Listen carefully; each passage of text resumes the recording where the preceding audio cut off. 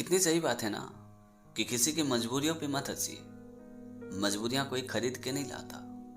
डरिए वक्त की मार से। बुरा वक्त किसी को बता के नहीं आता।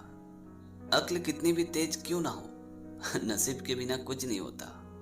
क्योंकि बीरबल इतना अक्लमंद होने के बावजूद भी कभी बादशाह नहीं बन सका। इसलिए कहते हैं भाग्य से ज्यादा समय से पहले ना तो किसी को मिला है और ना ही कभी मिलेगा। आइए इसे कहानी के तौर पे समझते हैं। एक सेठ जी के पास बहुत ही दौलत थी। सेठ जी हमेशा लोगों की मदद करते थे और इसी वजह से सेठ जी को सभी लोग मान सम्मान और इज्जत करते थे। सेठ जी ने अपनी लड़की की शादी एक बहुत ही बड़े घराने में किया था।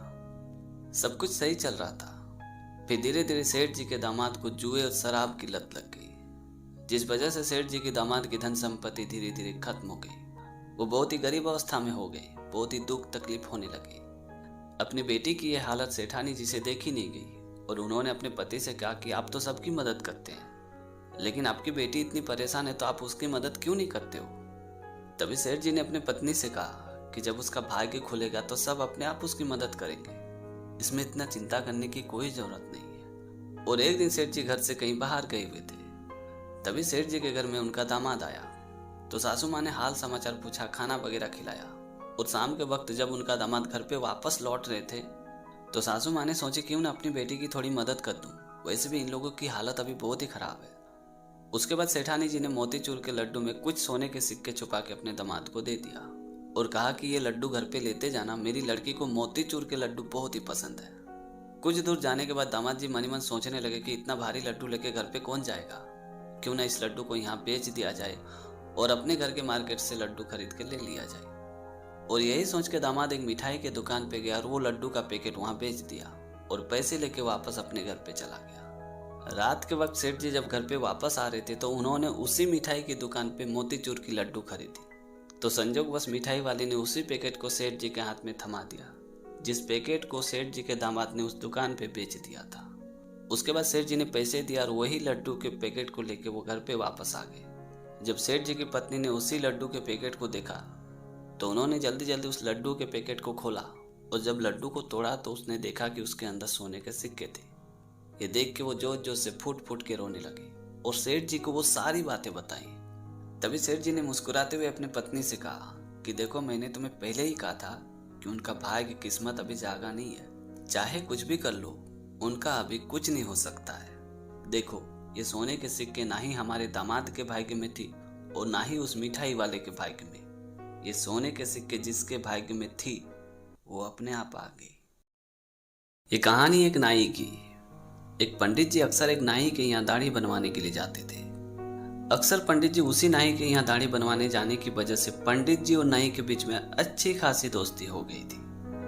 पंडित जी जब भी नाई के पास दाढ़ी बनवाने के लिए जाते थे तो अक्सर नाई पंडित जी को कहता था कि मेरे घर में ये प्रॉब्लम है, मेरे घर में ये दुख है, मेरे साथ ये हो रहा है, कुछ भी अच्छा नहीं हो रहा, पूरी जिंदगी बेकार चल रही है। यानी वो तरह तरह की शिकायत पंडित जी के पास करते रहता था और कहता था कि भगवान तो हम पे दया ही नहीं दिखाते हैं, पता नहीं भगवान को हमसे क्या दुश्मनी है, आखिरकार भगवान मेरा कल्याण क्यों नहीं करते हैं। और इसी तरह की बातें अक्सर नाई पंडित जी को सुनाया करता था। पंडित जी जब भी उस नाई के यहाँ दाढ़ी बनवाने के लिए आते थे तो वो नाई भगवान का शिकायत लेके बैठ जाता था। भगवान के बारे में तरह तरह की शिकायतें करते रहता था। और एक दिन वो नाई भगवान का शिकायत कर ही रहा था, इतने में पंडित जी ने कहा कि एक काम करो, तुम मेरे साथ चलो, मुझे तुम्हें कुछ जरूरी चीज दिखाना है। और ये बोल के पंडित जी ने नाई को एक भिखारी के पास ले गया। उस भिखारी के बाल बहुत ही बड़े बड़े थे, दाढ़ी बड़ी बड़ी थी, नाखून बड़े बड़े थे। तो पंडित जी ने उस नाई से पूछा कि इसके बाल, इसके दाढ़ी, इसके नाखून क्यों बड़े हैं, आखिरकार तुमने इसके बाल, नाखून, दाढ़ी क्यों नहीं काटा। ये बात सुनते नाई ने हंसते हुए कहा कि पंडित जी आप भी क्या मजाक कर रहे हो, इस आदमी ने हमसे संपर्क ही नहीं किया, मेरे पास आया ही नहीं, तो भला मैं इसके बाल, दाढ़ी, नाखून कैसे काट सकता हूँ। अगर ये मेरे पास आता, हमसे संपर्क करता तो मैं इसके बाल, दाढ़ी, नाखून सब कुछ काट देता।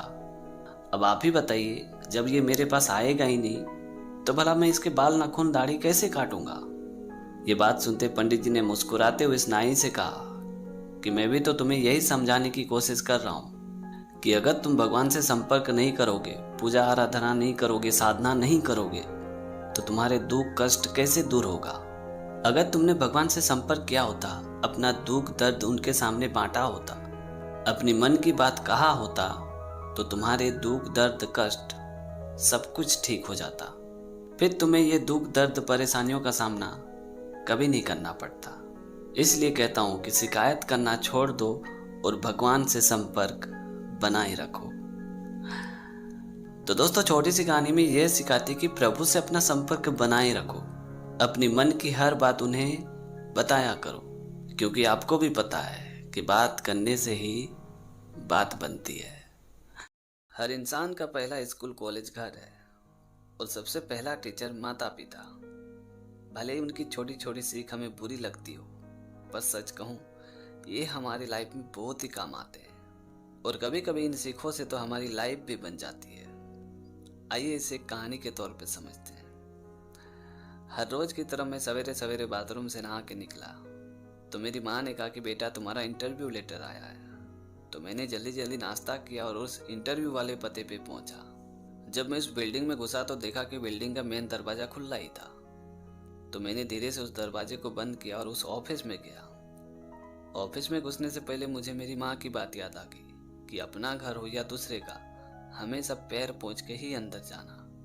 तो मैंने देखा कि फुटमेट कहीं दूर पड़ी हुई थी। फिर मैंने उसे धीरे से लाया और सही से रख के पैर पहुंच के वापस ऑफिस के अंदर गया और उस रिसेप्शनिस्ट को अपना इंटरव्यू लेटर दिखाया। तभी उन्होंने मुझे सोफे की ओर इशारा करके बैठने के लिए कहा। जब मैं सोफे पे बैठा तो देखा कि सोफे का पोजीशन कुछ ठीक नहीं था। 3 सोफे थे, तीनों के तीनों इधर उधर पोजीशन में थे। तो मैं धीरे से उठा और सारे सोफे को सही पोजीशन पे कर दिया। फिर मैं चुपचाप बैठ गया। तभी मेरी नज़र दीवार में रखे फूल के गमले पे गई। वो गमला जैसे अभी अभी गिरने वाला था।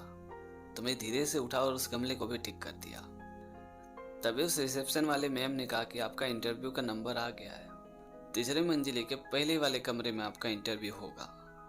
जब मैं सीढ़ी से ऊपर जा रहा था तो देखा कि बिना वजह की 3 लाइटें जली हुई थी। तो मैंने उन तीनों लाइटों को बंद किया और इजाज़त लेने के बाद इंटरव्यू के कमरे में प्रवेश कर गया और धीरे से पूछा कि सर मैं बैठ सकता हूँ। तभी इंटरव्यू लेने वालों ने कहा कि हाँ हाँ आप बैठ जाइए। उसके बाद जब मैंने उन लोगों को अपनी फाइल दी तो उन लोगों ने कहा कि इस फाइल की कोई ज़रूरत नहीं है, आप कब से ज्वाइनिंग कर रहे हो ये हमें बता दीजिए। ये बात सुनते मुझे बहुत ही आश्चर्य हुआ और मैंने कहा कि सर आपने तो मेरा इंटरव्यू अभी तक लिया ही नहीं। तभी उन लोगों ने मुस्कुराते हुए कहा कि आप जब इस बिल्डिंग में आए तो खुले दरवाजे को बंद करके आए। फुटमेट कहीं दूर पड़ा था, उसे भी अपने सही पोजीशन पे लाके खड़ा किया। उसके बाद जब आप अंदर आए तो सोफे का भी पोजीशन ठीक किया। वो फूल का गमला गिरने ही वाला था, उसे भी आपने ठीक किया। जब आप ऊपर आए तो जलते हुई लाइट को बंद करते हुए आए। जो व्यक्ति इंटरव्यू देने से पहले कंपनी के इतने भले के बारे में सोचता है, उसे भला इंटरव्यू देने की क्या जरूरत है। आप नीचे रिसेप्शन में जाइए और अपना ज्वाइनिंग लेटर ले लीजिए। आपको जब इच्छा करे आप ज्वाइनिंग कर सकते हो। ये बात सुनते मैं मन ही मन सोच रहा था कि मम्मी पापा जो भी कहते हैं वो हमारे भले के लिए कहते हैं। तो दोस्तों, आज की कहानी आपको कैसी लगी कमेंट करके ज़रूर बताना। और अगर आपने हमारे चैनल को अभी तक सब्सक्राइब नहीं किया तो प्लीज़ यार चैनल को सब्सक्राइब कर देना, क्योंकि इस तरह का कंटेंट मैं हमेशा अपने चैनल पे लाते रहता हूँ। तो आज के लिए इतना ही, मिलते अगले वीडियो में एक नई टॉपिक के साथ, एक नई कहानी के साथ। तब तक के लिए जय हिंद, वंदे मातरम।